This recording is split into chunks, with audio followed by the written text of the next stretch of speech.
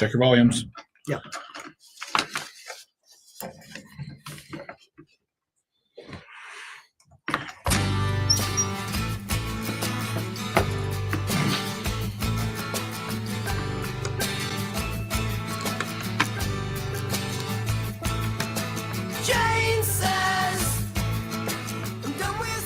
Good morning, welcome to Matenaer On Air. Jane Matenaer, Greg Bach, and Kelvin Butenhoff coming to you live from our studio here at Radio Park in Racine. You can always join us. You can call, you can text. The number is the same, 855-752-4842. Leave a comment if you're watching on the live stream on Facebook, YouTube, and what used to be Twitter. All kinds of things coming up for you on the show today. Coming up after the 10:30 news, Karen Spieriani is the executive director of MADAAC, which is Milwaukee Area Domestic Animal Control.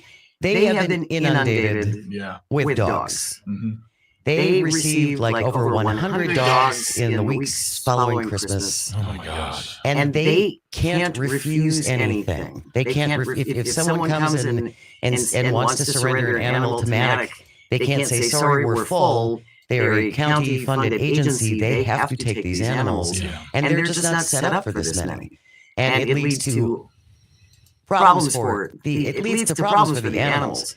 Just imagine being in a space not big enough for all of you, and all the barking, and the tension, and the anxiety, and all that stuff. So we're going to talk to Karen Spieriani about what you can do, what we can all do to give them a hand. If it's not adopting one of these animals, maybe you can foster. Yeah. Maybe you can make some donations. I know that they're really hurting for food and other things like that. So Karen Spieriani will be here after 10:33 to talk about the situation at MADAAC.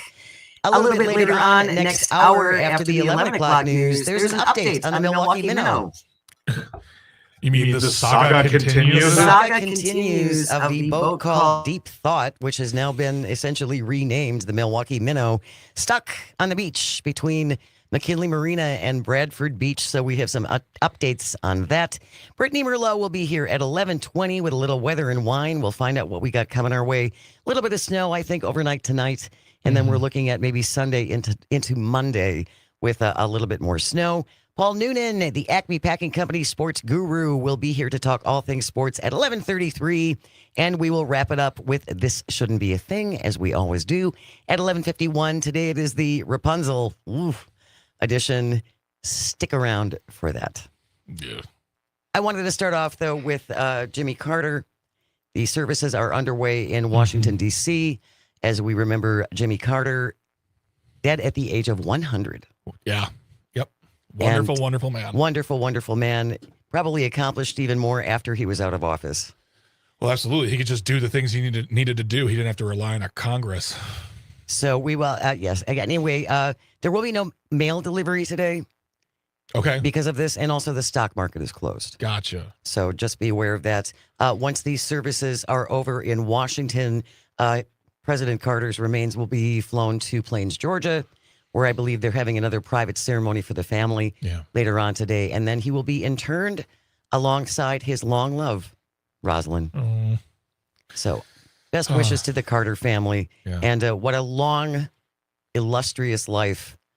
An example for all of us. A man who lived in service. And absolutely. Truly, right? A true example of living a life of service. Correct. Yeah. Yep. Also, a little update on these wildfires in Los Angeles, where we started off yesterday. So far, over 30,000 acres have burned. 100,000 residents have been urged to evacuate. What's interesting about these fires is a lot of them are in pretty urban areas. Yes.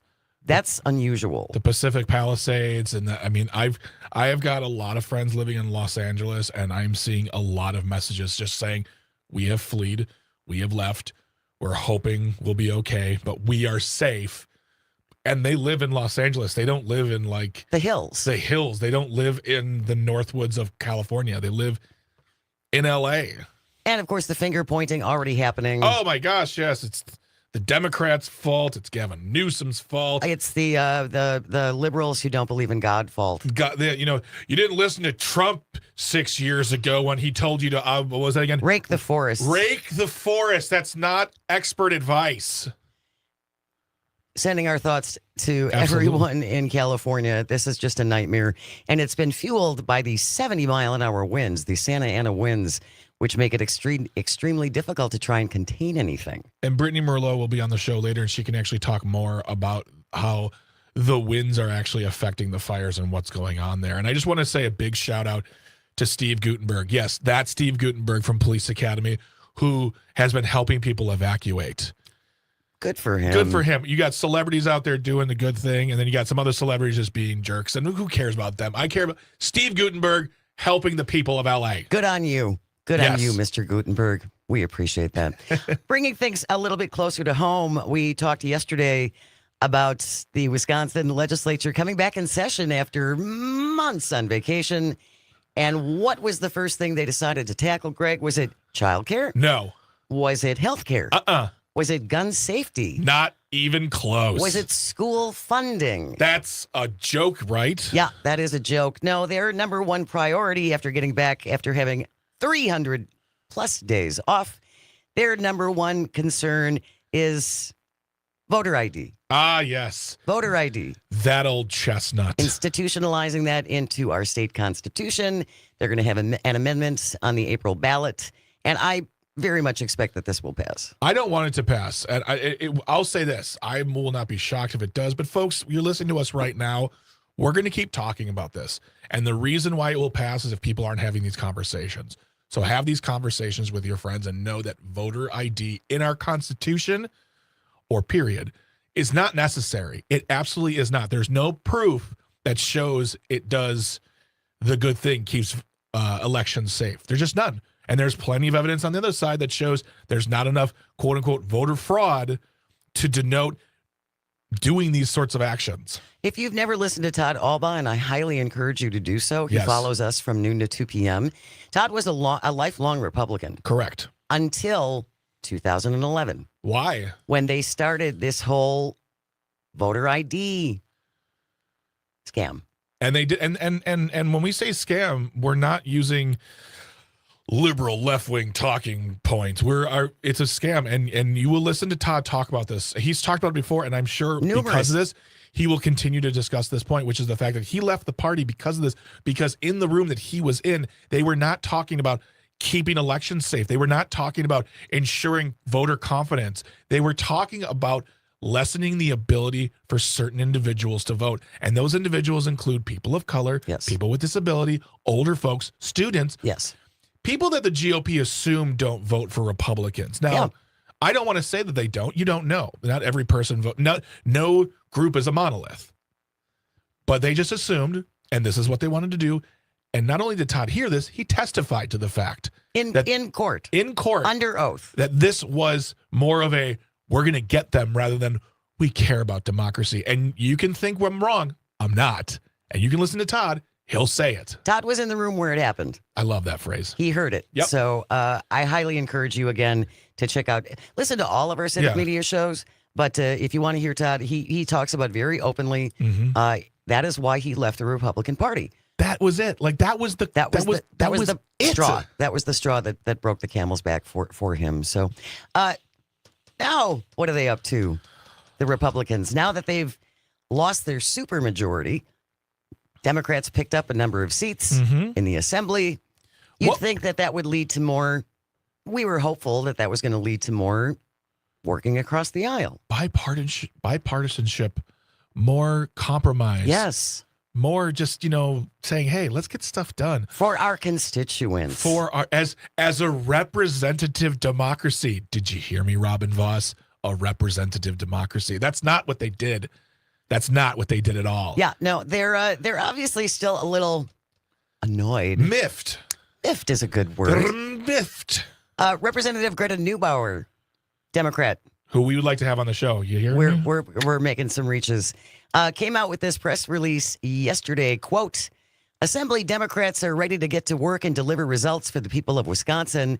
Our growing caucus, comprised of members from all corners of Wisconsin, look forward to serving on committees to provide critical analysis of proposed legislation and help craft policies to improve people's lives. Yes. Unfortunately, Assembly Republican leadership has chosen to start the legislative session in a highly partisan fashion, reducing Democratic positions on the vast majority of committees, despite the people of Wisconsin choosing to replace 10 incumbent Republican lawmakers with Democrats in the last election. I hope my GOP colleagues will choose to shift course. They won't. And join Democrats in putting the people of Wisconsin over partisan politics in the coming legislative session. So again, they lost seats. Nope, they're not going to compromise. They're just not going to place Democrats on important committees. That's their answer to working across the aisle. They're doing what they like to do best. They like to change the rules. When the maps came up for the redrawing, they changed it so they had ridiculous gerrymandered maps.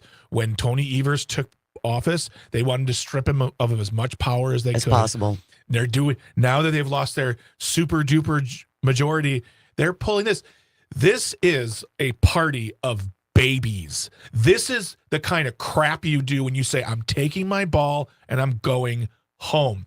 This is the kind of representative democracy Robin Vos wants. Absolutely. This is about power, consolidating the power, and never losing it, no matter what you do. And I'm going to tell you right now, if the Democrats even attempted, even as a joke, said they were going to do this, Fox News would lose their minds. Not just the local media, not just state media.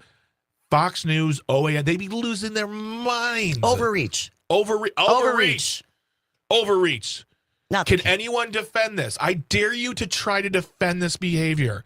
You're going to strip members of the assembly of possible committee assignments to keep your power. Because we're mad. Because we didn't get our way. We lost some seats and we don't like it. We still have power, but I don't have enough power. You can always join us, 855-752-4842. Stay close. You are listening to Matenaer On Air. This is the Civic Media Radio Network. What else to do about it?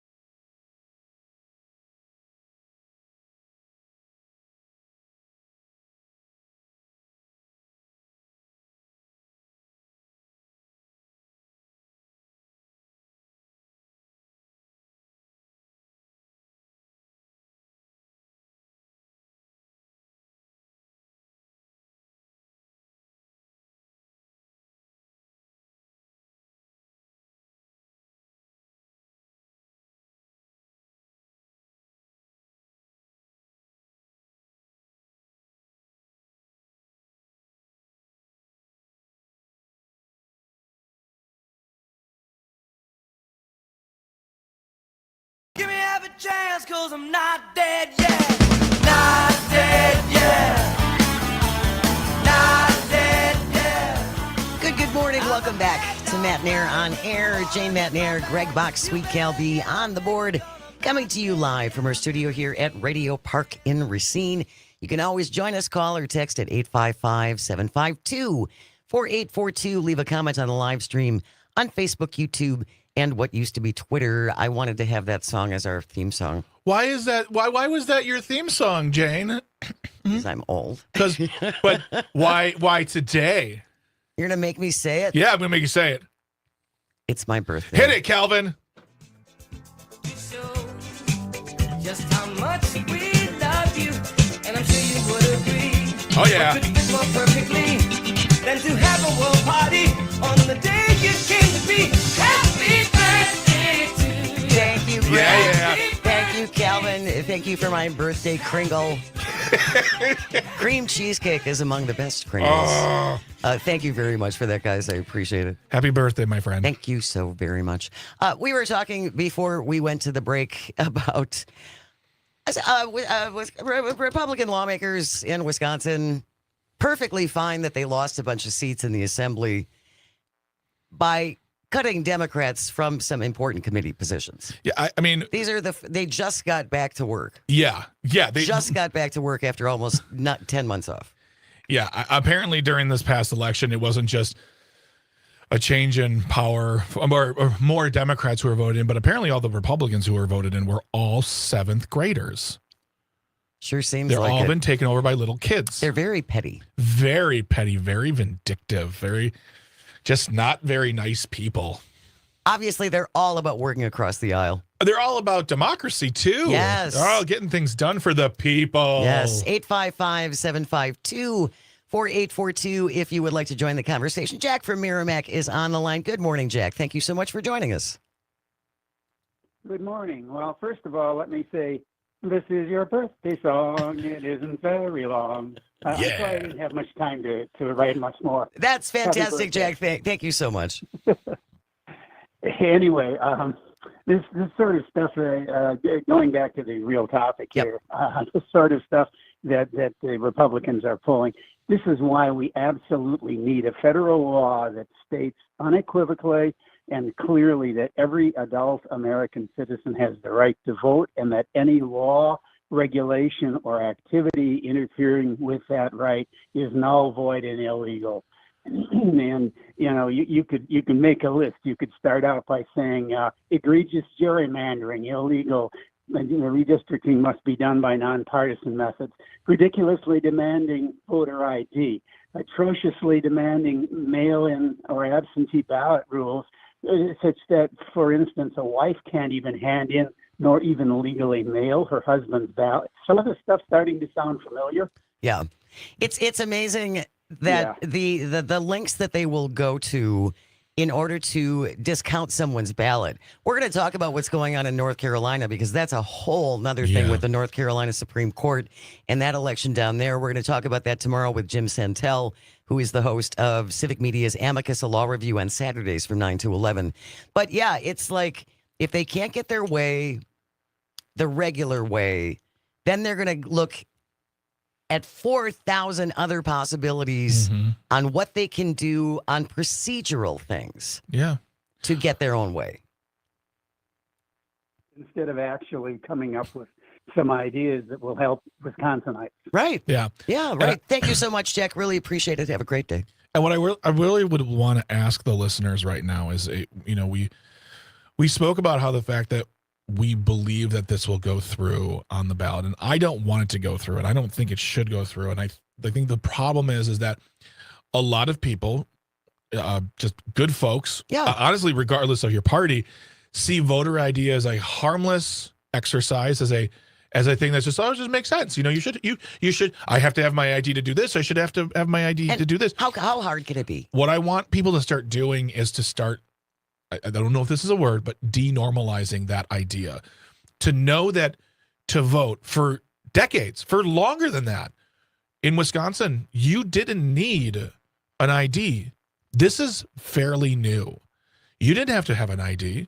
And I don't remember anyone complaining about it to such a degree that it required in the 60s and the 70s and the 80s or the 90s us to have an ID to vote. Well, it started when they realized they were losing the culture wars. Yeah. And it's like, boy, our policies aren't very popular. We need to do something to stop these people from voting for the policies that they like. So take that information, couple it with why all of a sudden is this such a huge problem, and ask yourself, do we really need voter ID? Or is it the fact that we're trying to hold down the vote of certain groups of individuals? And the assumption that they don't vote for the GOP, which is just wrong to begin with, as we saw in the 2024 election. Well, they've got to be rethinking about the whole thing about targeting college students Absolutely. after this last election. Absolutely. I mean, we saw a whole swath of people, groups of people. We were like, I don't think they're going to vote for Trump. And they voted for Trump. So I just want people to decouple themselves from this notion that voter ID is something that makes sense and it seems right. And it's, why not? Ask yourself why, though. Why? Well, and again, if we had evidence of massive voter fraud to the extent it could shift the outcome of an election, that would be one thing. Yeah. There is no evidence like that. We just spent almost $2 million, our money, looking for fraud in all the right places, and we still didn't find any fraud. I would ask yourself this. If you believe that the 2020 election was free and fair, you shouldn't believe. I don't think it makes sense to believe that we need an ID to vote, because people believing this election was stolen is inaccurate. It's false. It is false. It's a lie. Using that idea to justify voter ID does not make sense. Therefore, we don't need it. Tom from LA on the line. We're just up against the clock. Tom, thank you for joining us. What did you want to say? Jan, I just wanted to tell you happy birthday, and I wanted to tell you something you may not know. You share a birthday with A.J. McQueen from the Backstreet Boys. It's true, you do. My best friends. So, Really? There you go. Thank you so much, Tom. Really appreciate it. Appreciate Get him to call. Yeah, appreciate your listenership. News is coming up next when we return. Karen Spieriani from MADAAC is going to be here. You need a dog. I know you do. Stay close. You're listening to Matenaer On Air. This is the Civic Media Radio Network. Not dead yet. I'm a wild card waiting in the middle of the deck. You better get up, big, I'm gonna not dead yet. Not dead yet. Not dead yet. Not dead yet. Not dead yet. Not dead yet. Not dead yet. Not dead yet. Not dead yet.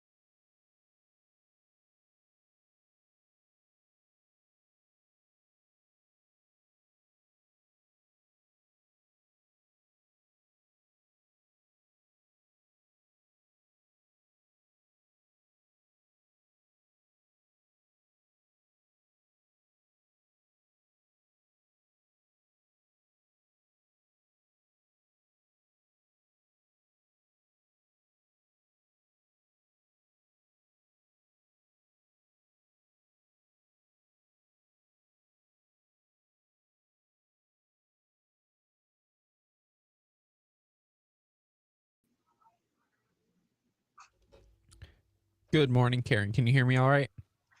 I can hear you. Can you hear me? Yes, I can. We come back from break in about 1 minute. All right. Awesome. I can't tell what I look like because I forgot my glasses. So my my apologies. Oh, you look great. There, thanks.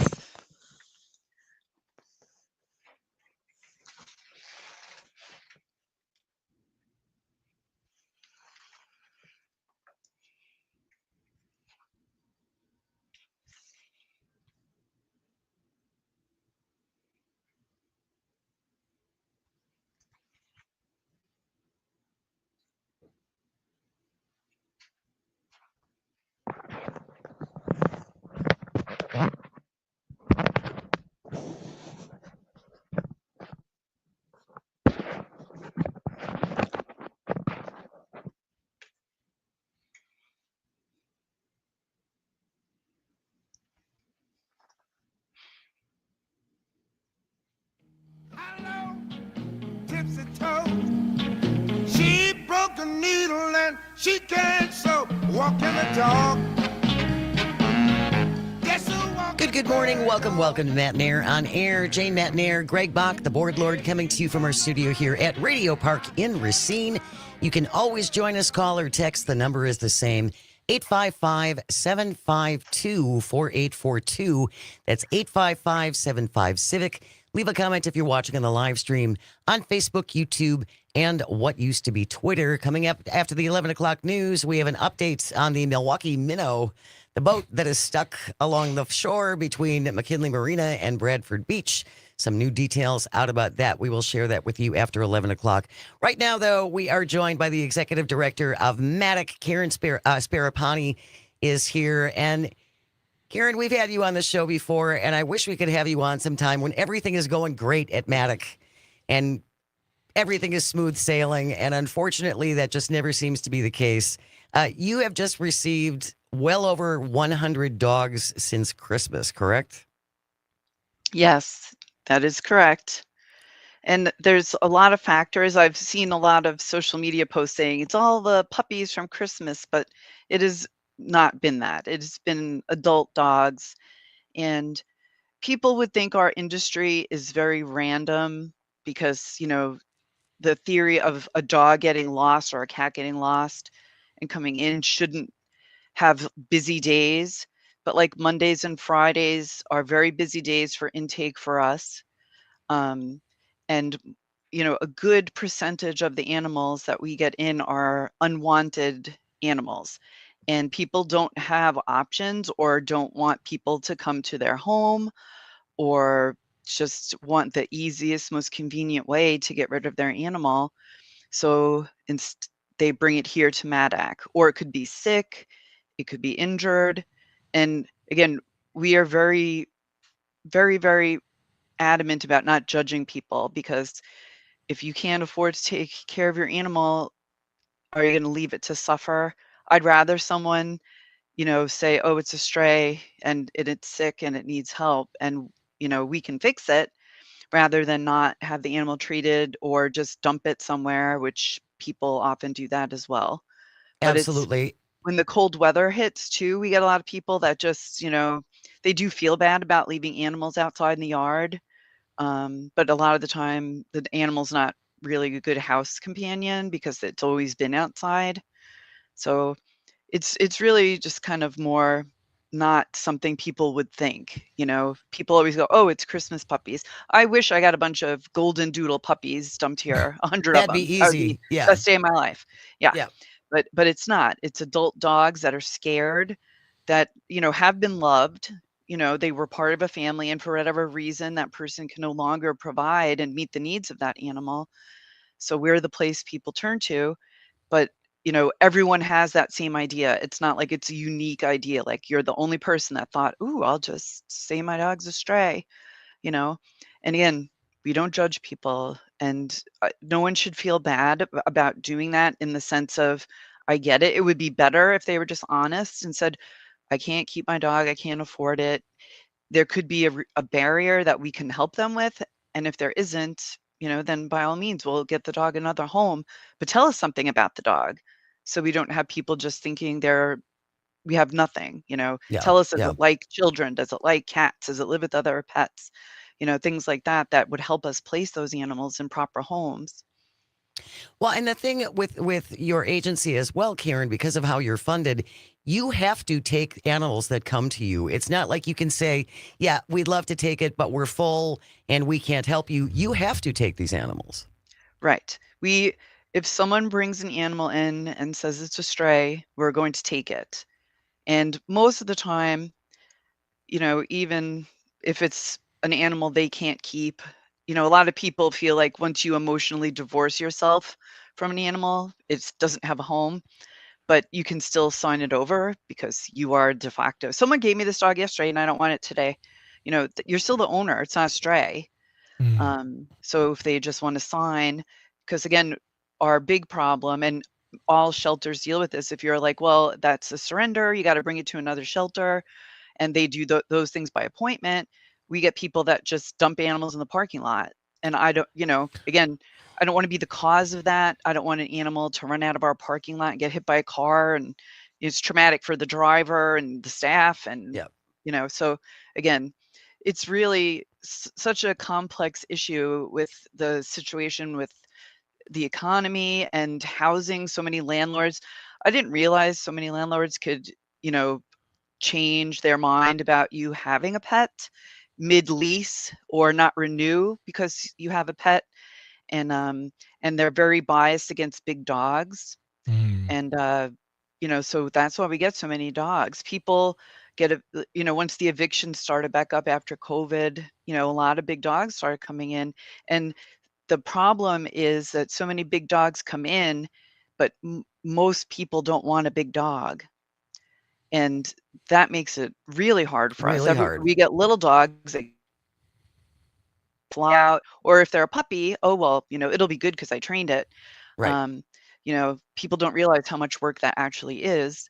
So we get a lot of big dogs, and a lot of people like, oh, I just, don't want a big dog, or, and people are always going to have a bias against blocky-headed dogs, which is unfortunate because they are not bad dogs at all. Most of them they have two speeds, like we're going to walk or the dog park or sleeping.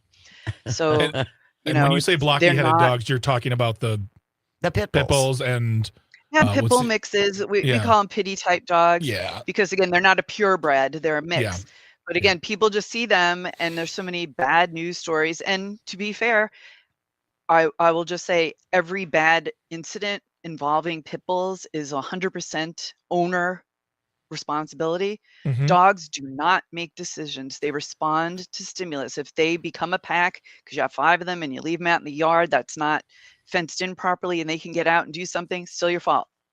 You are the higher thinking, upright walking person in this relationship, and you're in charge. So people have too many dogs. They let them kind of just hang out in the yard and socialize with each other, and then they don't like anybody else, or they get very wound up when they see other people walk past, and that we get some problems that way. But most of the time, the dogs we get in are perfectly adoptable, wonderful dogs. We got one in a couple of weeks ago from a cruelty case that's very thin, and the staff was kind of concerned about its behavior, but we had out yesterday. It's like the biggest love. Like, it's just such a sweet dog, and it lived with children, I know.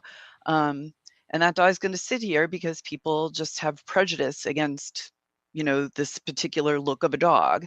And that's starting to ebb a little bit, but every time there's a story in the news, there you go again, and you see the comments, I will never have a pit bull. It just reinforces this. And like you said, Karen, my niece and her husband had a pit bull. They unfortunately lost her several years ago. Penny was the sweetest baby. And she was a pity. And they loved her. I have other friends who've had pit bull mixes, and they just rave about what squishes they are. When a pit bull puts their head in your lap, they will not leave. And also the thing too is we don't look at lots of people are bitten by lots of different kinds of dogs, and those are Little all terrible. dogs. No one's calling for the end of schnauzers, So this notion that it's anything other than the owner's fault is crazy. It's like it's how you're trained and how you're loved. Right. And the big thing is socializing, and that's Yeah. never ever, you know, talked about enough. Is you're exposing your dog as a puppy to other dogs once it has all its vaccines, to other people. Take it to stores, take it to Home Depot, like get it used to public so they don't Yeah. see any problem with other human beings or other animals. It's so critical. And it can be a death sentence if an animal ends up here and it's just so aggressive toward other animals, because Yep. you know, we get cases all the time where someone's walking their dog and someone with their dog that they never trained properly or socialized properly will drag them across the street and attack this other dog. And that shouldn't be, and that could have been Yeah. taken care of in the first 6 months of that dog's life. So, but again, no matter what, the dogs are good. All dogs are inherently good. And we are so lucky to have them existing in the world, and it's just a shame that the world is in such a flux with you know uh, the economy and how much everyone's eggs cost so much money and this. But if people need resources, they're literally a phone call away. We have food we can give people. They could stop in, get free food. We have other organizations that supply food and resources. We can help people if they ask. But I do understand that some people are just can't do it. Like they Right. have to move in with another family member, and that family member, no, absolutely not. And I get it. So I'm as frustrating and challenging as times like this are, we do feel good about being a resource for the community, because we You're don't up. want they care enough to bring them here. They're Yeah. not bad people. Right. Karen Spieriani is our guest. She's the executive director of MADAAC, and they've recently received an influx of dogs, well over 100 dogs who are looking for homes, looking for fosters. If you're not ready to maybe adopt an animal, you can always foster them and see how that goes. You can always volunteer. There's all kinds of things that you can do to help out. I would say We honestly, even do those test drives. I don't want to yeah. interrupt you, but you could Oh, do a no. 5-day test drive on a dog and bring it back. And if it didn't work out, you could just take another one home till you find your right match. Like, so we're all about like trying to help you find the right animal. Well, and that was two things I was going to bring up. One is, honestly, Karen, I think that sometimes it's not just a matter of people not being able to ask for help. It's like, I bet you a lot of people don't know you do those things either. Like, you have those resources available. So if you're listening and you know someone who's Struggling. in need, have them call MADAAC and maybe they'll be able to supply them with some free food or some help. But I would say the other question, the thing I wanted you to talk about was those tiers of helping. You have the test drives, you can foster, you can adopt. There's ways of being involved in these animals' lives that don't require you to adopt a pet right away. You can bring yourself into the process and really get yourself, as you said, the right fit. Yeah. We take in 13,000 animals a year, and there's only 41 employees. And most of them are not, it's like if we didn't have the fantastic group of volunteers that we have, I don't know what we would do. We're government funded. The government has given us enough money to bring the animals in and care for them, but the getting them out into homes or transferring them to other facilities. The medical, we do have 3 vets on staff, so we could do way more surgically and medically for the animals that come in before they get adopted. But, it's just without our volunteers, most of our cats are adopted out by a volunteer. The dogs have volunteer supplemental assistance. We have people that help the staff in the back, the medical staff. So, I mean, we can use you anywhere. And if you don't want to be in the back because you're going to cry because you see animals and you just want to take them all home, we can have you work up front. There's always something for you to do in some way, shape, or form if this tugs at you at all. And I know there are a lot of folks listening who are like, oh, if maybe you already have 5 dogs and you can't do another one, that's fine. But there are other ways for you to help. And we're going to talk about this on the other side as well, Karen, as there's a low-cost spay-neuter program, too, that you offer, correct? Yep. We do low-cost spay-neuter. And for cats, for people that reclaim cats and pit bull type dogs from MADAAC, we'll give them a free spay or neuter. And if they can't decide that day, a lot of people are like, oh, I don't know, like you have 30 days to decide. we're here to make sure that your animal can stay healthy. A lot of times, if you've bred your female a few times, she can get something called PIO, and it's essentially a really complex spay surgery, but it's going to cost like $3,000. So Ooh. We're going to continue Yeah, our so- conversation with Karen Spieriani, the executive director of MADAAC. Stay close. You are listening to Matenaer On Air. This is the Civic Media Radio Network. We'll be right back. If you don't know how to do it, I'll show you how to walk a dog. Come on now, come on, come on. Mary, what contrary? Tell me, how does your garden grow? You got silver bells and you got cockle shells. Pretty maids all in a row. Walking bird dog. Just a walking bird dog. If you don't know how to do it, show you how to walk a dog. Come on now, come on, come on. Just a walking.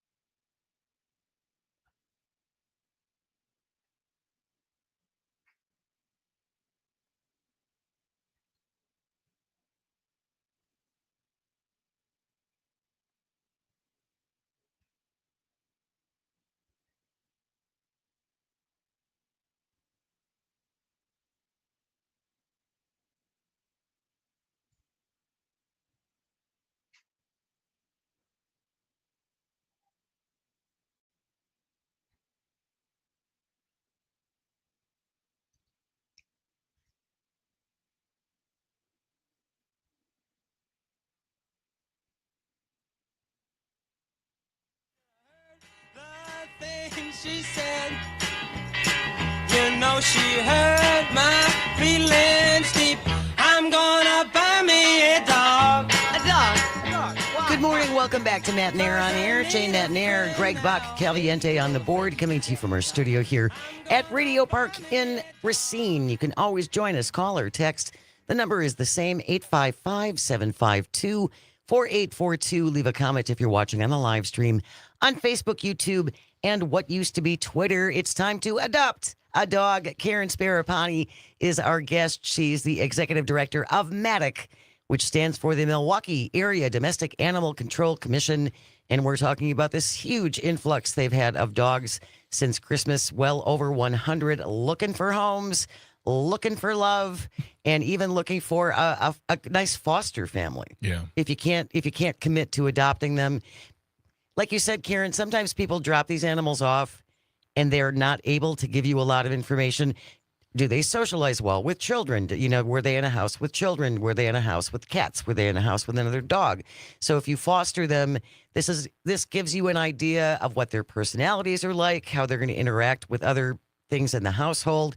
So when you put them up for adoption, you have a basis of behavior to work from, right? Yeah, that's the best part of fostering is that you get to see what that roommate's going to be like. And, I've had the easiest fosters ever that just come home and are like, hey, on the couch, like chill, have good behavior. Some need a little polishing, but I've not had any that were like, one time I took home a dog that was bouncing from one wall of the kennel to the other. Linus, his name was. I'll never forget it. He never touched the ground. He was boing, boing, boing, boing, and like, yeah, no one wanted to adopt a dog that looked like that because Yeah. they didn't want that in their house. But that dog was perfect. He was better trained than my own dogs. So again, you can't judge the animals by what they're like at a kennel or in a shelter. This place is super, super stressful. Most dogs have, we have, some population of animals that have really not been inside. They've been outdoor dogs, Their whole and lives. even them being here it's kind of scary just being inside. And but again, when you get them out of this, they're also like, they genuinely seem. You're breaking up just a little bit, Karen. I think we're a little bit up. They could be in a kennel with 50 other animals in one of our bigger rooms, and most dogs never experience that. Well, just imagine being in, I don't know, a big gymnasium with a bunch of crying, screaming adults. And it's like that 24/7. That's what I imagine it's like for some of these dogs. It's just a cacophony of sound, and they're afraid, and they're tense, and they're all of those things. Yeah, it's got to be terrible. It's got to be terrible for them. I think we're having a few connection problems with Karen. She is going to try and bounce back in with us. Karen, if you can, Kelvin, if you can put the phone number in the chat, and if you can call us back on the phone, that would probably be best, Karen. But I was going to say, like, even my dog Maybell did not come from a situation like MADAAC. She came from a pretty chill background. She came from a pretty chill background, and it took her. And this was the best thing that the vet ever told us. It was 3, 3, and 3. It was 3 days to get over the fear of new surroundings, 3 weeks for her personality to come out, and 3 months to be comfortable. And that's kind of what happened. Really? Yeah, she has her moments, let me tell you. But like what Karen was saying with regard to the, how they act in the kennel or in the shelter versus how they're going to act in your house is totally different. Completely different. It's how you also react to the dog's behavior that I'm learning right now is like, you want to say things like, oh, you're going to be fine. It's okay. They don't understand conversational English. Right. The word sit is just a sound that makes them go, put their dupa down. But like, it's all about how we get trained, honestly. And when you go to a place like MADAAC or another shelter and you see these dogs and take a test drive, take a 5-day test drive and see how they act in your home with your family, and just, does it feel like the right fit? Well, and again, it's important to get them away from all of that franticness. I think that's a great deal, personally. Right. Go ahead, Karen. Yep, I think we're still frozen a little bit. I always say it's like getting married on the first date can be difficult. Yeah. Don't get married when you just go out to dinner and a movie, and that's where you decide to join forever and that's ever. Why this fostering. Yeah. And again, if you do a 5-day foster, you get half off the adoption fee. So either. There you go. We are going to put a link into MADAAC if you want to find out more. If you would like to check out some of these pets, you can make donations. Do you have a wish list, Karen, for items that you would like to see if people want to donate? Yep. Absolutely. It's on our website, which is MADAAC, MADACC.org, and just go on to donate, and it has every option available, from blanket sizes, because a lot of people like to cut fabric and make blankets, to our Amazon and Chewy wish lists, to all the stuff we need. Kitten season's just around the corner, so we're going to start getting stuff ready for our kitten fosters. We always need dry and canned food for the animals. So there's always something. We use newspaper. We used to have the Journal Sentinel next door, and we really miss them because we don't get any extra newspaper. I bet. So if people are still getting the printed papers, we can definitely use them here. We will there's include just a, the link you know, to MADAAC in our show notes. Karen Spieriani is the executive director. Help them out. Help these pups out. This is an ongoing need. It's not going anywhere. Karen, thank you so very, very much. We really appreciate your time. And hopefully we'll get some of these pups adopted. We have news coming up next. Stay right here. You're listening to Matenaer On Air on the Civic Media Radio Network. Yeah, yeah. Boop, boop, shabop, bop, ram-a-lam. I'm gonna buy me a dog. What, my girl don't let me know how. Now, brown cow. I think I'm gonna buy me a dog, yes sir. I'm gonna buy me a dog. If I was looking for a word to describe what I'm gonna buy, I think dog would be the word. It would be dog. That would come springing from my lips.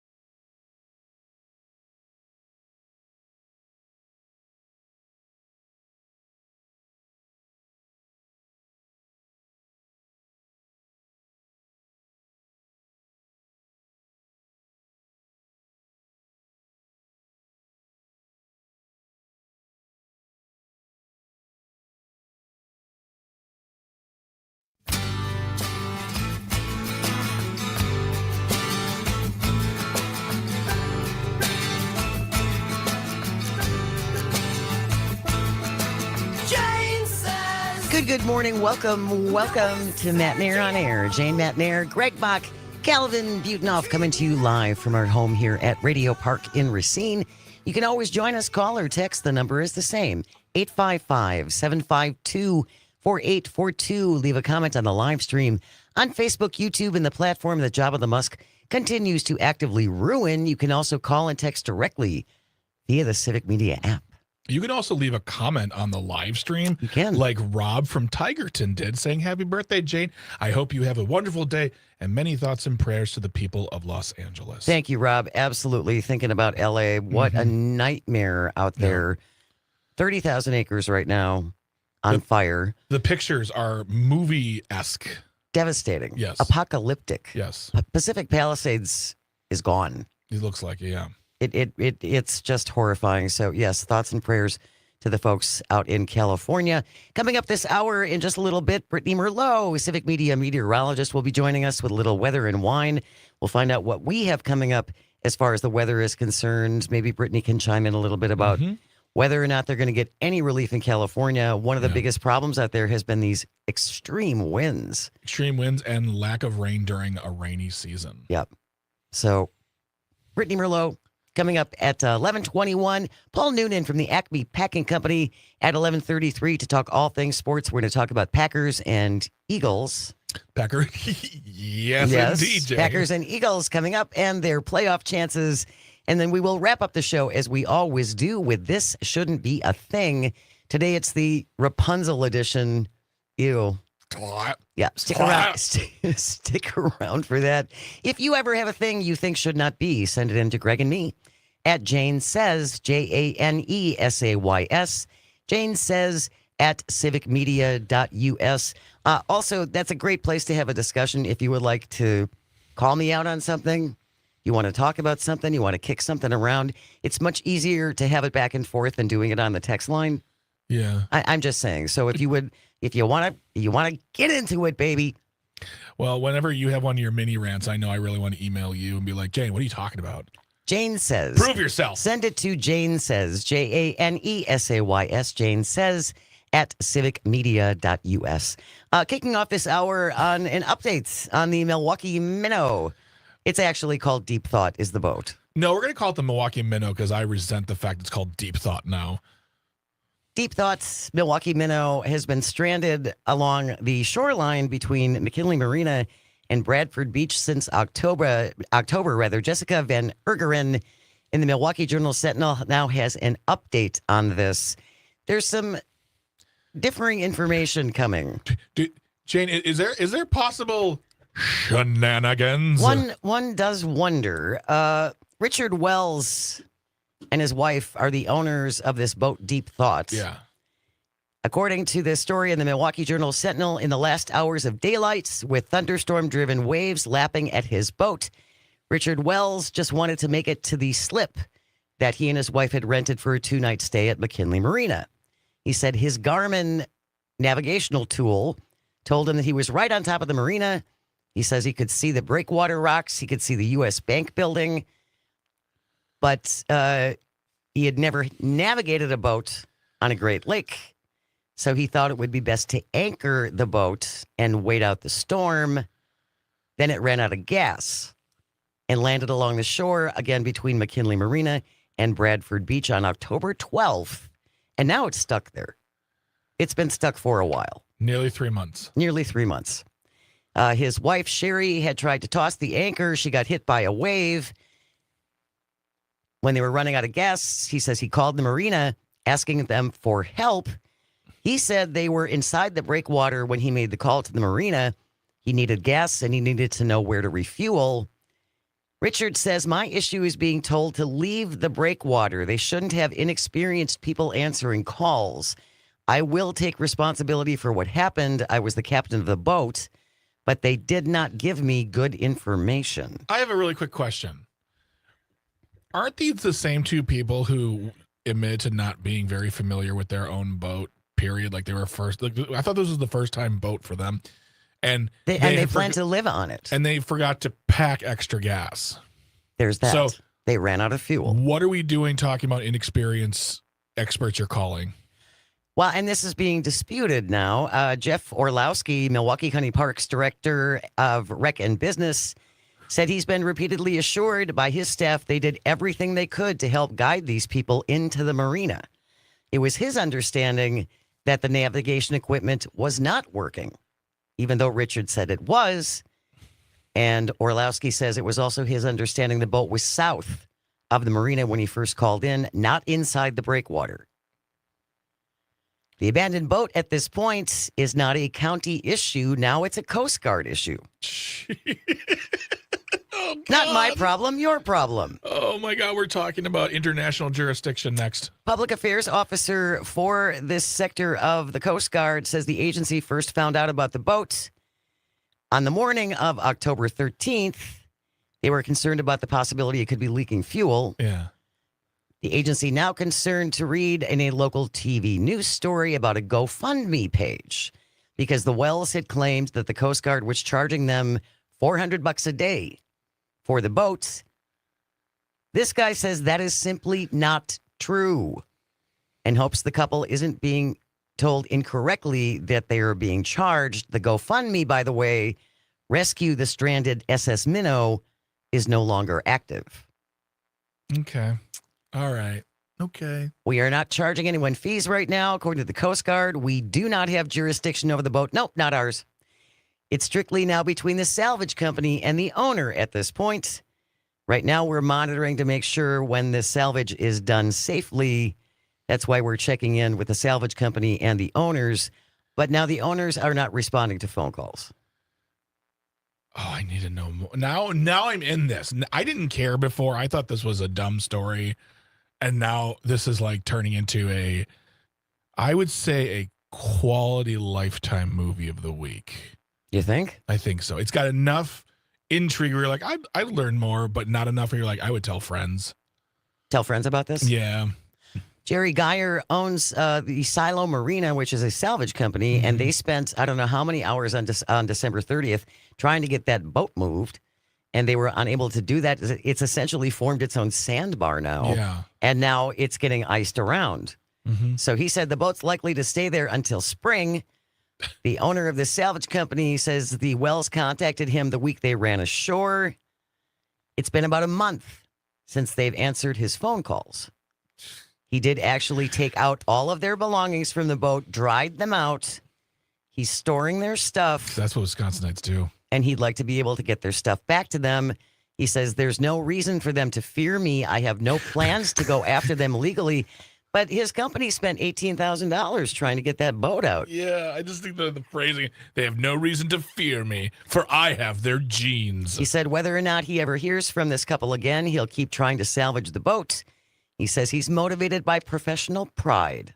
There you go. I mean, that's the thing, too. I think what's going to happen is this thing is going to have to be dismantled piece by piece. And pulled out of there. Correct, yeah, because they can't have this here forever. It's going to become a danger to people. People are going to start climbing it. Well, and that's going to be a problem. And- Because somebody's going to get hurt, and then they're going to try to sue somebody. Yeah, so it's just got to get, I mean, I just find it so interesting that I have to imagine this has happened on other boats, on other beaches. And like, there has to be a best practices out there.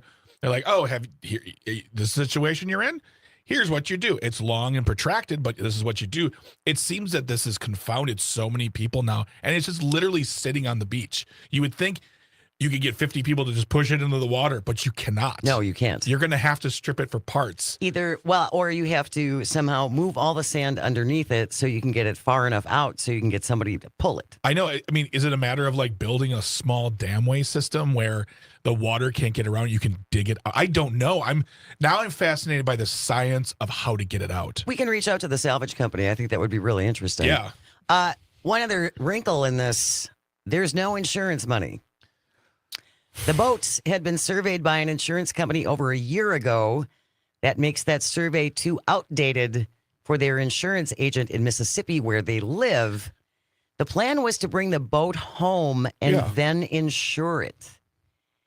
They picked it up in Manitowoc. Oh, okay. They sailed down to Milwaukee where they were going to stay for 2 nights. Yeah. Then they were going to sail down the coast to the Chicago River and take that to the Mississippi and then take that back to their home in Mississippi. Sucks. But do you take on a journey like that without insurance? No, you don't. And you also don't take, honestly, in my opinion, unless I'm incorrect here, the earlier stories made it seem like the couple from Mississippi were not the most experienced boat navigators. Right. So I would think you'd either hire someone to come with you or hire a company to bring it to you, not do this on your own. Because while from this water to this water to this water to home seems like a reasonable idea. Yeah.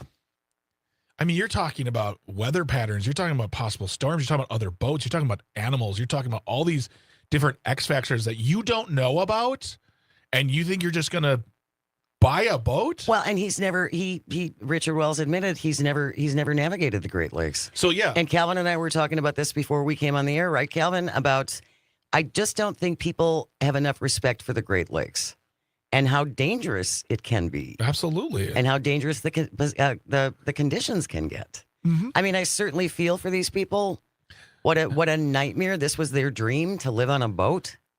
I feel I'm starting to get to the point where their behavior is seeming very, like, if it's not shady and not nefarious and it's not shenanigans, you're just saying, it's we're not going to do it. It's fine. You can, like, they're making it hard for other people now. And, well, I just feel like they didn't think this out thoroughly. I mean, my husband loves to say that when he wins the lottery, by the way, we've been married for 22 years. I think the most he's ever won, and he buys them twice a week, is $6. But when he wins the lottery, we're going to buy a yacht and sail around the world. And I said, you're not driving. Yeah. If you win the lottery and we buy a boat, we're getting a captain, not you. If we win the lottery, we're joining a boat club so I can be around other people's boats. I don't want the cleaning, the insuring, the storing, all that stuff. No! Stay with us. We're going to talk a little weather and wine with Brittney Merlot, Civic Media meteorologist. That's coming up next. You're listening to Matenaer On Air.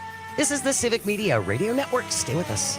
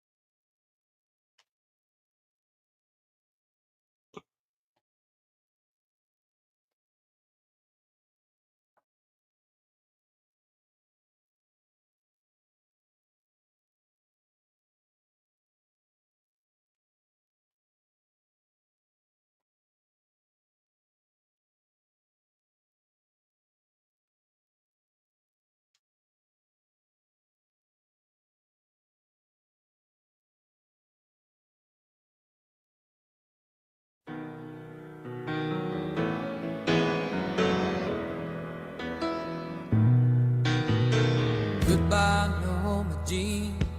No, I never knew you. Good morning. Welcome back to Matenaer On Air. Jane Matenaer, Greg Bach, and Calvinator on the board, coming to you from our studio here at Radio Park in Racine. You can join us, call or text. The number is the same. It's 855-752-4842. Leave a comment on the live stream on Facebook, YouTube, and the platform that used to be Twitter. Coming up after the 11:30 news, the ACME Packing Company sports guru Paul Noonan will be here to talk all things sports. We will wrap up the show at 11:51 as we always do with This Shouldn't Be a Thing. Today it's the Rapunzel edition. Oh, stick around for that. Right now, though, we're being joined by Civic Media meteorologist Brittney Merlot for a little weather and wine. Good morning, lady. How are you? Good morning, Jane, and happy birthday to you. Thank you very much. If I had confetti, not I'd be dead throwing yet. So let's talk a little bit about snow. Okay. And I know here in southeastern Wisconsin, at least, we're talking about maybe a little overnight snow into tomorrow and then the possibility of Sunday into Monday. We're not talking about huge amounts of snow, though, are we, Brittney? No, not at all. In fact, Wisconsin has missed out on a majority of the snow, Yay. just in general. It's weird. So you look at the snow accumulation map of where the snow is actually sitting on the ground right now. It is all around us. We just have this hole right here in Wisconsin. So we're going to continue that trend. Why not, right? Tonight, we're only going to look at a trace to about 1/4 of an inch to 1/2 inch for the southern half. And then up north, maybe you could get 1/2 inch to an inch. So this one is nothing, really. It's a little kiss. It's a little weather kiss. Exactly. I don't want this kiss. You have a fancy snowblower now. What are you talking about? I have a giant boulder now on the skirt of my driveway that someone put on there that's blocking 1/3 of my driveway. A big snow boulder. I'm upset because my snowblower can't do anything about it. Told him I was going to come over, push it out of the way, and build a snowman with it. It's always Brittney. Always looking at the She's bright got side. the answer. She's got the answer. Yeah. And then what about Sunday into Monday? Yeah, so Sunday into Monday, we have a quick clipper system moving in. It's targeting us. It is our storm, and we are looking at 1 to 3 inches widespread. Of course, the North Woods could see 2 to 5, closer to Lake Superior, but that is going to put down some snowfall for the state. So Sunday's the day. Yay! She's all excited. Rob from Tigerness says, I need the money to plow snow. We know, Rob. And there are a bunch of folks who depend on snow for their livelihoods. Rob is not the only one. There's other snowplow drivers. I don't. And resort folks and people who have taverns up north where they do the snow machine bar hops and all those things. They need snow. I know. You know Let what him we're have doing it. here now in Wausau? We're literally going from our snow hill who makes, fake snow. We're putting that in downtown. We're trying to freeze it, put water on top of it so we can have an ice skating rink because we haven't had anything. So we have to borrow fake snow. Seriously. Yeah. In Wisconsin. Hard. You know what's going to happen, though, Brittney? I'm sorry, but in the middle of March, we're going to get crushed. We are just going to get crushed. It's like we skate all winter and we get away with it, and it's like, we got this far, and then Mother Nature's going to come back in spring and go, yeah, we're not done yet. Exactly. You know Always Jane with the light thoughts of life. I'm here to bring a little dose of reality, and just I'm the crusher of joy. This is what I do. You are totally the crusher of This is joy. what I do. Let's talk about what's happening out west, Brittney, and the just horrific fires out in California. And the Santa Ana winds have been feeding this 70-mile-an-hour winds and higher. So anytime an ash flies into the air and it flies across the road and lands in another house, then you have another blaze. Absolutely. And then you've got those winds sustained right now, anywhere from 50 to 60 miles per hour. Thankfully, the gusts are calming down. They were at like triple digits yesterday, but slowly easing. But it is going to pick back up again this afternoon before it calms down by tomorrow night. So another good push today. And like you said, one little spark, one little tree down, creating another spark, right? There's so many different ways for this continue to start and spread and in the dry air. And yeah, it's a disaster out there. When you think about the high pressure system that is so strong over the Northwest, combined with this low pressure that we're going to feel a little bit of that overnight tonight, but that big storm system that's putting snowfall into Texas and into Tennessee and Kentucky, those two working together, so the West Coast and down to the South, those two systems are working together to really create those Santa Ana winds and make it a lot worse for them. So once this system starts moving out of Texas and starts to head towards us overnight, where we just get a little bit of snow, that'll start to give them some relief through tomorrow. Well, Mark on the live stream said, and please tell me if this is right or wrong, the fire itself, because it's so big, generates its own weather then. Yes, it can. Yes, it can. So you've got That's so much insanity. heat. Well, you think all of that heat is rising, right? Hot air rises. Well, something's got to replace it. Right? Mhm. So it's just a moving weather system in a sense. So yes, he's right. And how much of a snow are we talking about in Texas? Oh, Texas, over a half of a foot of snowfall. Yeah. How What far we south should be in Texas? getting. Because I have a good friend in Belton, Texas, which is kind of about an hour northwest of, northeast rather, of Austin. How far south is that snow in Texas going to go? So the snow looks right now towards Dallas, and it kind of slices across the Panhandle and into Oklahoma. So a little bit more north of where you're talking, but they're getting freezing rain and ice accumulations into those areas. So just as bad. I wish your energy grids good luck, Texas. Yeah, no Seriously. kidding. Well, and the thing with areas like that getting snow is they just aren't set up for it. They No. just don't have the equipment to handle it.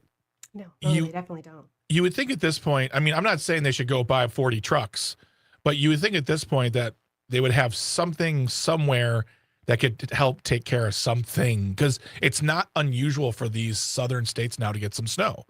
Right. And I know that you spoke, Brittany, and actually Racine was I don't know if they did it or they were looking at it, but they use there's different ways of melting the snow. One of the ways is actually using brine. Brine, yeah. Yes. And did you Yes. know that we actually mix cheese into the brine? It's true. What kind of cheese are we using in our brine? I'm not sure. It's a trade secret from the factory. All the but cheese they're I hate. definitely- Yeah. But it actually helps. So they put this brine mixed with the cheese mixture down on the streets, and then when they put the salt on top of it, it actually acts to intensify it, speed it up. So they're using less salt, more brine, and more environmentally friendly. And the Oh, roads are That's the other great. thing. That's the other thing too. Is that brine helps keep the streets from getting ripped up too. So. Awesome, awesome. Brittney Merlot joins us every Thursday at this time for a little weather and wine. Thank you so much. Really appreciate it. We'll see you next week, Brittney. Thank you. Stay with us. News coming up next. You are listening to Matenaer On Air on the vast, statewide, countrywide. We are global on the app Civic Media Radio Network. When the rain set in, and I would like to love you, but I was just a kid. The candle burned out long before the legend ever did. The candle burned out long before the legend ever did.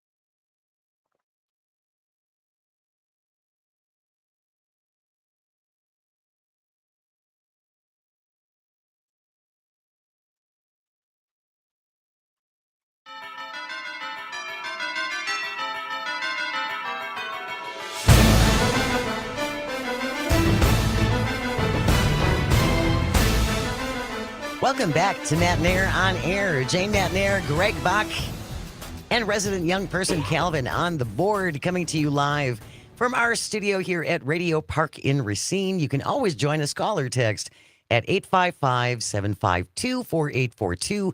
Leave a comment on the live stream if you're watching on Facebook, YouTube, and the platform that Jabba the Musk continues to actively ruin. Coming up at 11:51, we'll wrap up the show with This Shouldn't Be a Thing. Today it's the Rapunzel edition. Stick around for that. He joins us every other Thursday, though, at this time to talk all things sports balls. ACME Packing Company sports guru Paul Noonan is here. Good morning, Paul. Hey, good morning, everybody. We lost to the Bears. We did. It was kind of depressing. It was depressing. Yeah. It's especially depressing because I do feel like the Packers put forth some effort to win the game. They could have just rested all of their starters, securing the knowledge that they very, very likely were going to have to play the Eagles next week anyway. There was a small chance they could have moved up a spot in the seeding to play the Rams in the first round of the playoffs, which would be better. But it would have taken Dallas and their backup quarterback, Cooper Rush, and Mike McCarthy, upsetting Washington. It was unlikely. It was close, but it didn't happen. And so the Packers, I think, did try and still lost to the Bears, which is a little distressing when you're heading into the playoffs, to be sure. And there were a lot of weird things about the game. Matt LaFleur did not coach a good game. Christian Watson got hurt. But I think the biggest takeaway and the biggest thing to be distressed about from this game is it's the second week in a row that a team played almost entirely man defense against the Packers, and they were unable to do anything against it on offense. And this has become the book on them. Compounding all of that, moving ahead a little bit, the Eagles are the best defense in the league, playing man defense against other teams.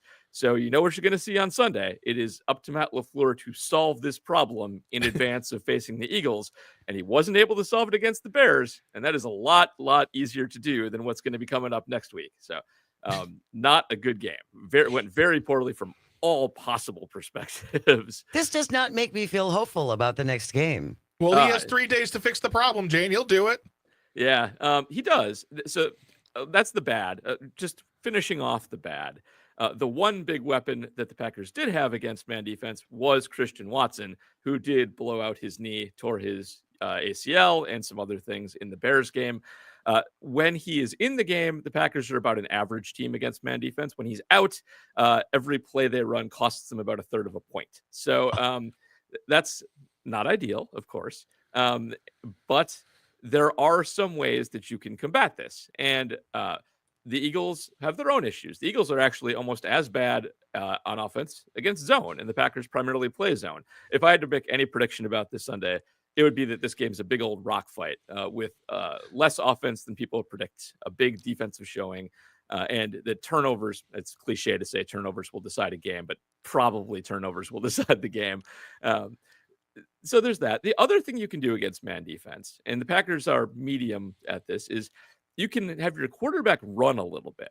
Jordan Love's not super fast. He's about as fast as Aaron was when he was a young man. But teams that have run at least a little bit against the Eagles have actually done really, really well at getting them out of man. And that's not always been super fast quarterbacks. One of the Eagles' big losses this year was to Washington, who has a good running quarterback, Jaden Daniels. But one of their other very few losses was to Tampa earlier this year. Their quarterback is Baker Mayfield. He's kind of fast. He didn't have a great rushing game, but they ran him enough to get them out of man.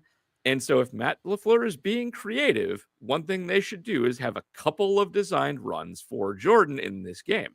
And they actually did this in the first game against the Eagles, running some, what are they called, RPO plays. And they worked. So to give you a little hope, we've seen this before, and they were smart enough to figure out a couple of ways around it. So there is some hope there, but they do have to solve that man problem on offense. It is a big problem. Not many teams have solved it. I'm still not feeling much better. Yeah, sorry. Well, I'm very que sera with the Packers in football. And I just thought, for me personally, it was the level of hubris that the Packer fans had going into the game last week. Yeah. I mean, the posts, the comments, everything about it was just like, well, yes, mark that one off as a win. We're good to go. Kick the feet up. That's 12 games in a row for us. they lose. But then the Bears fans get so excited. They're acting like they've won 10 Super Bowls in a row. Like, I'm watching Bears fans puff up their chest like they aren't absolutely out of playoff contention, and they're going to probably we've just heard word the Bears are out of playoff contention for 2026 as well. But they act like, but every time they beat the Packers, they act like they've just won 20 Super Bowls. But it's that long-standing rivalry, right, Paul? I mean, this has been going on for decades and decades, and we pretty much cleaned their clocks for the last how many years?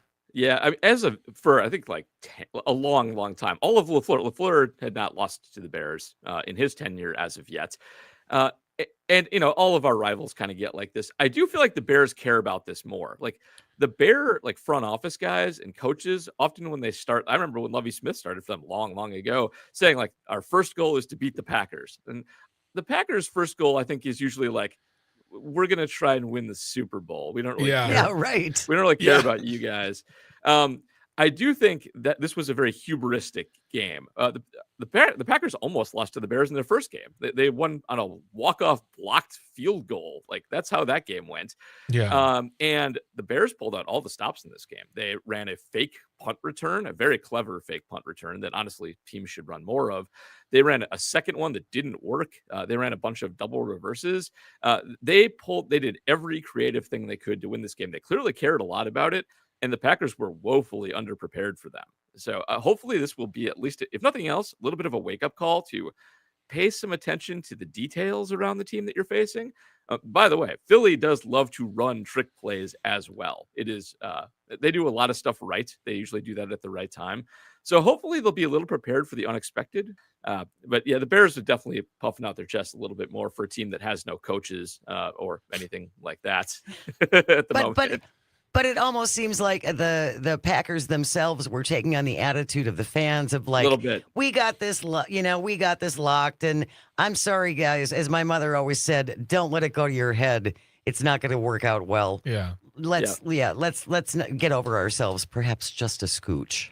Totally. I think they were definitely looking past this for sure. You could see it because they ran a couple of waste plays where they had Malik Willis and Jordan Love on the field at the same time, throwing stuff out there to kind of give the Eagles something else to look at, but not actually trying to score points. I think the worst thing you can do in those sort of week 18 situations is play your starters, but not play them like full bore. We're trying to win the game. Christian Watson got hurt on a freak play, but that's kind of how you get people hurt when not everybody's trying their hardest, when you're running, vanilla offense that's easy to scout and play against. And they almost had a disaster. Jordan Love hurt his elbow in this game. He is purportedly fine. But think about if that would have happened in this game because they weren't trying all out to win it or benching him, one of the two. And then Malik Willis went and hurt his hand a few plays later. So they were almost down to Sean Clifford coming back to start a playoff game. And that's not where you want to be. They should have been more decisive in what they wanted to do in this game. Either win it or rest everybody, but don't go halvesies. That never works out well. Yeah. If you're just joining us, Paul Noonan is our guest. He's with the ACME Packing Company sports guru, and he joins us every other Thursday to talk all things sports. Who is the strongest team in the league right now, Paul? Who do you think has the best shot at winning the Super Bowl? I actually do the analytics power rankings for our site, so I can actually tell you that. And it is the Lions.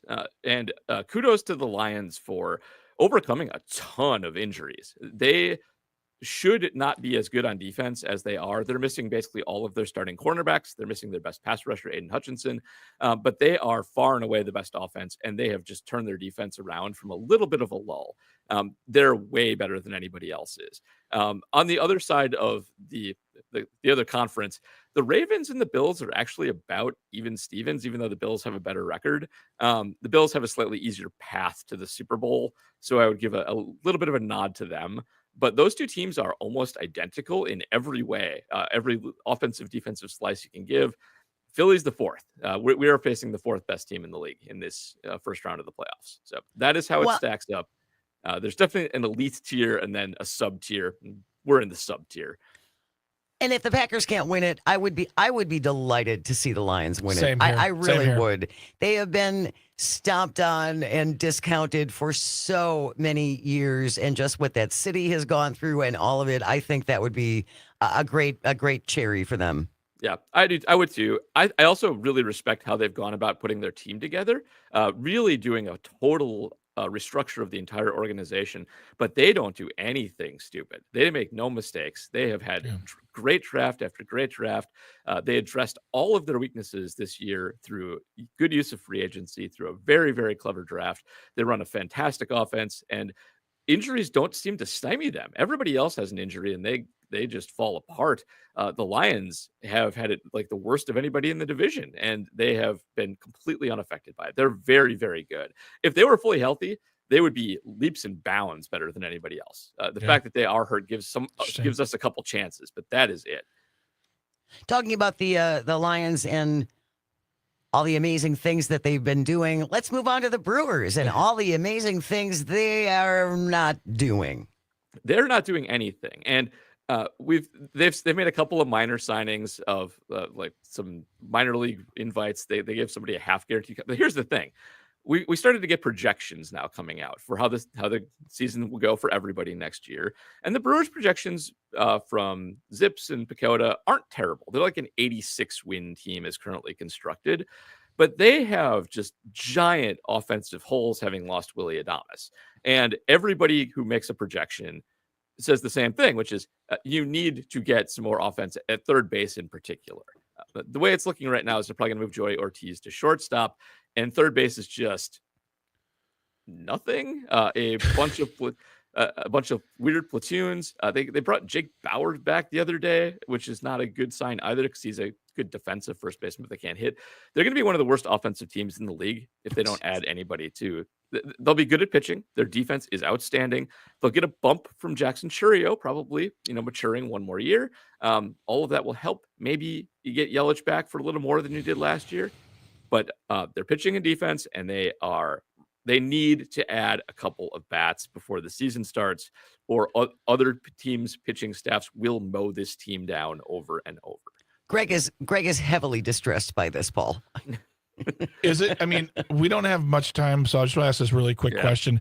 Is it just a matter of someone just finally saying to the owners committee, saying, "Hey, spend some money, spend some real money on a player or two"? Yeah, so I could spend a whole nother segment on this, but one of the big trends this offseason is the teams that do not have cable money certainty not spending. Basically, everybody who is in that big collapse of regional cable has not spent any money. The Brewers are one of those.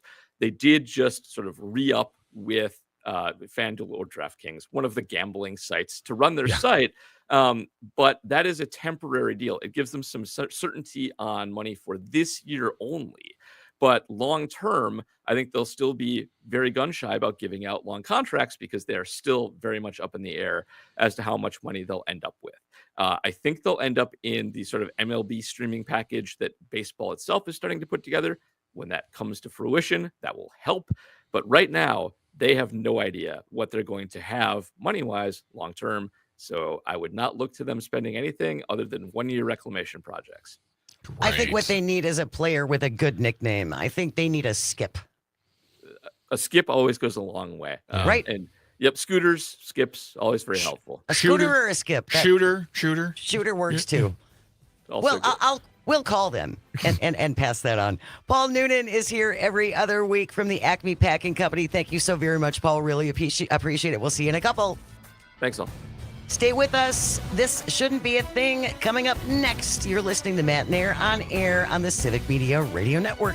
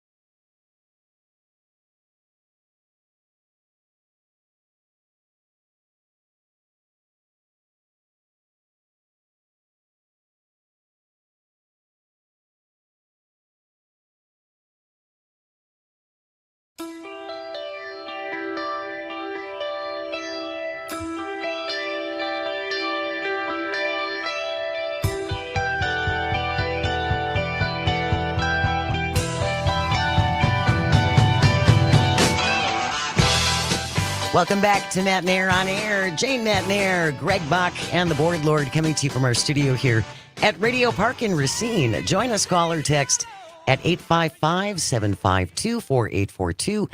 Leave a comment if you're watching on the live stream on Facebook, YouTube, and what used to be Twitter. Coming up tomorrow on the show, Jim Santel, our colleague here at Civic Media, host of Amicus, a law review on Saturday mornings from 9 to 11 across the network. Jim, a former U.S. attorney, very, very knowledgeable man. All kinds of things going on legal-wise. All over the country. All over the country, especially some particular questionable things in North Carolina. Shenanigans. And the fact that Donald Trump just called Samuel Alito. He's got him on speed dial. Just for a little friendly chat. Yeah. I'm sure it's all fine. They're not making any deals. Nothing to see here. Jane, really quick question for you. Yeah. What are you doing for your birthday? Because it's Jane's birthday, everybody. It is. I'm going to go give blood. You're just going to give it away? I'm just going to give it away. Man, I yes. usually sell mine. I'm like sitting in the parking lot of a pick and save. I'm like, You have inspired me because you are, I mean it, because you are a regular blood donor. You can do it every 6 weeks. No. Every 8. So if you're donating whole blood, you can do it every 8 weeks. Every 8 weeks. If you're doing dual red, which is what I usually do, or you're giving plasma, it's every 16 weeks. Okay. But it's something easily done. Easily done. Easily done. Versity has locations all over the place. Yes. We're in Racine. I'm going to hit the Versity right off of Highway 20 here That's on my way fantastic. home. And it's something you can do. It doesn't take that long. Consider it if you've never done it, and consider doing it regularly. My goal is to be as regular as you are, and I want to get like a pin. I don't know. I've never gotten a pin. I've been donating for a long time. I should have gotten at least a couple, but You're probably due a pin. It's neither here nor there. But the point is this is something that a person at Versity once told me. They said if every person who is available and eligible could give once a year, they'd never have a shortage ever again. Think about that. Think about that. You can spare a couple of hours a year to give blood. I know you might be scared of needles. You'll be fine. They'll literally hold your hand if you tell them. Absolutely. But please, come in when I go in. We can do a race and see who fills out the bag first. And we're gonna try to get Versity back on the show to talk about all the things they have going on, the things they need. They always need blood. Also talking about organ tissue donation as well. So very, very important. Thank you, Jane, for doing that. Well, and thank you for inspiring me. Yeah. It is 11:54, Calvin. That means it is time for This Shouldn't Be a Thing. As always, if you have a thing you think should not be, send it in to Greg and me at Jane Says at civicmedia.us. This from the Independent headline reads, woman addicted to eating her own hair has giant hairball with tail removed from her stomach. I wish y'all could see Calvin's face right now. A 38-year-old woman suffering from nausea, vomiting, and an extremely swollen abdomen when she arrived at a hospital in the U.S.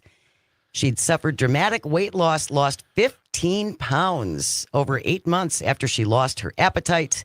The unnamed woman rushed into surgery where a giant hairball was found lodged in her digestive tract with a small tail of hair trailing into her intestines and a second hairball nestled deeper in her bowel. She suffers from Rapunzel syndrome. That doesn't make sense to me. It's called trichotillomania. Okay, understood. That's a very long word. Trichotillomania, otherwise known as Rapunzel syndrome, has only been documented 88 times. 88 times in medical literature, so this is very, very rare. It's a disorder that causes a patient to develop an irresistible urge to pull out their own hair and then ingest it. Named after the Rapunzel from the Grimm Brothers fairy tale, it's extremely uncommon, but it can cause potentially deadly side effects. As the hair gets lodged in the stomach, typical symptoms include nausea, vomiting, altered bowel habits, abdominal distension, and weight loss. Surgeons removed it from the woman. She was released after 6 days in the hospital. Some recommendations that she seek therapy. Well, yes, absolutely. And I don't want, this is, This is unfortunate. It's No a one's- very rare condition. Yeah, it's a very rare condition, and we're not making fun of her for having a condition, but this shouldn't be a thing that affects people. But also, I just think that it's poorly named. Rapunzel syndrome? And this might be a difference between like what you grew up listening to or watching versus the Grimm's tales, which are vastly different And very dark. very dark. The originals are. Read them to your kids. Yeah. But I don't believe that Rapunzel. Correct me if I'm wrong. Anybody? I don't think Rapunzel ate her hair in the story, but she just had really long hair. She had really long hair, which was used as a ladder. Correct. So I guess it would be more accurate if this woman had really long hair and she was trying to climb it. Yeah, Rapunzel syndrome is when you are trapped in a tower and you have the need to grow your hair and use it as a viable escape tool. All right, that wraps up today's episode of This Shouldn't Be a Thing. We have news coming up next, followed by Todd Alba from noon to 2, Maggie Dawn 2 to 4, Dom Salvia 4 to 6, Pete Schwaba lightening things up with Nightlight. And then tomorrow morning, we kick it off all over again with Pat Kreitlow, Up North News Radio from 6 to 8, and Earl Ingram from 8 to 10 a.m. right before we begin. Thank you, Greg and Calvin, and all of our engineers. Without you, nothing works. And thank you most of all for calling and texting and listening. It absolutely means the world. I hope you find some joy today and you have the chance to share it. Stay with us right here on the Civic Media Radio Network. We'll see you tomorrow. Happy birthday! Thank you.